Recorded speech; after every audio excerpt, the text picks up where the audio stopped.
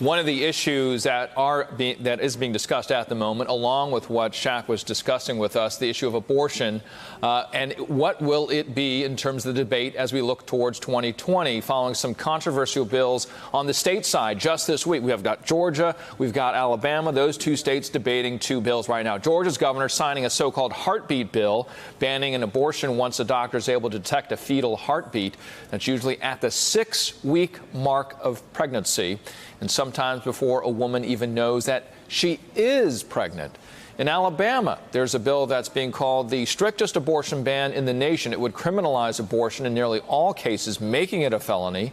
That means doctors who perform the procedure could face up to 99 years in prison if convicted there. Voting on Alabama's bill, by the way, was suspended after shouting erupted in the state just this week. This over an amendment that provides an exception for rape and incest.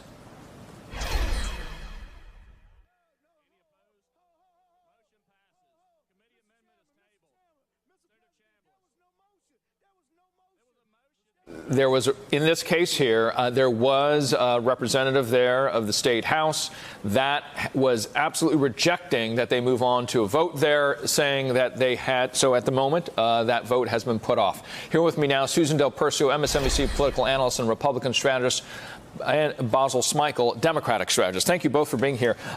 So let's start with this. Basil, as we look at these two states and these two bills, they are not in force as of yet. It could be months. It could be up to a year before we see this actually enacted. But the question is this going to go all the way to the Supreme Court? Will it be an issue for 2020? I think it certainly will be an issue for 2020. And just to tie that to your previous story, that's why it's important that the women in this race in the Democratic primary get on that debate stage. If there aren't any, given the quality and the number of candidates that we have not able to talk about this issue publicly, that would be a travesty. So it's important for the women that we do have in this race to be on a stage and talk about this, number one. Number two, I definitely think that this is this sort of long-term strategy that a lot of Republicans have, not all, but a lot of Republicans have had. And let's go to Georgia, for example. When Democrats were talking about voter suppression, that is not a passive thing. Mm-hmm. It's proactive, it's deliberate, and this is why, because there are plans in place to try to get these policies on the books. That's why when we talk about these issues, it's just not a dog whistle. There are actual real consequences. So yes, I do think there's going to be a push from the right to take this as far as they can take it. But quite frankly, I think Democrats are prepared, and particularly the women that we have in this race. Interesting on both sides. Let's go back to New Hampshire for a second here, and I'll go back to the Monmouth poll from just this week. And we look at the issues, their top issues from the poll coming out. And at the top of the poll was, I believe, 41% when it came to health care. And we take a look at when it came to reproductive issues, and I think we've got this up, it's 5%. It is 5% for the issues of reproductive rights. We're in an age here, Susan, of Me Too, Time's Up. Not resonating, though, at least it looks like, in the 2020 election when it comes to reproductive rights. And that's right. And especially when you look at the 2016 race, when you spoke to women under 30, they didn't consider that even an issue because it's something they had all of their lives. So that was a big thing.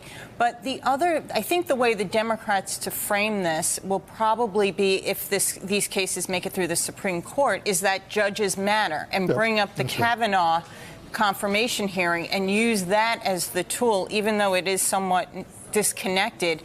That's where the Democrats need to say we need to have control of the Supreme Court because of this and other things, and put it that way. Those laws that you mentioned that are up in Alabama and Georgia also have another effect on those state races. You have 2 U.S. Senate races. Hold that, because I want to play actually Stacey Abrams, who had said this today. Let's listen to her. I've talked about my dreams publicly, and I've been discouraged for doing so. That I wanted to be the governor of Georgia, that one day I intend to be the president of the United States, and that in between, my responsibility is to do the work to make those things real. Okay, so Susan, you were talking about that, right? There are some state races. You're saying this is an issue that will resonate on the state level. We're looking at Stacey Abrams, a woman, a Democrat. This seems like this would be an issue that would be something she would work on, that she could run on. It is something that she can fight that. Although she's not running for U.S. Senate, if she were to, this would be something. I mean, she's taken that out of the equation, her choice. So she's not running, but this could be another issue she can grab onto. It's also they have to be a little bit careful in a Democratic primary, and Basil can speak to this better than I, is that there are a lot of conservative Democratic voters within the category that fall under black voters, and you have to be careful that this doesn't become too much of a parsing issue on the Democratic presidential primary side. Yeah, and they help Democrats more than Republicans also, Basil, reflecting that on the state level. Yeah, so two things, and then that as well. There are legislators in Georgia talking about the fact that this bill would end up imprisoning women for being pregnant. And right now, the outline shows no, they're going after the doctors. Yeah, but I don't believe that they'll stop there. And it's a despicable bill. And that's right. And so what I think, I mean, I take the point that there are conservative Democrats, and considering the fact that we had this incredible victory in 2018 in conservative districts, in largely red districts, that we do have some mitigation to do in terms of our message. I absolutely agree with that, but I do think that this is an issue that mobilizes like most others don't.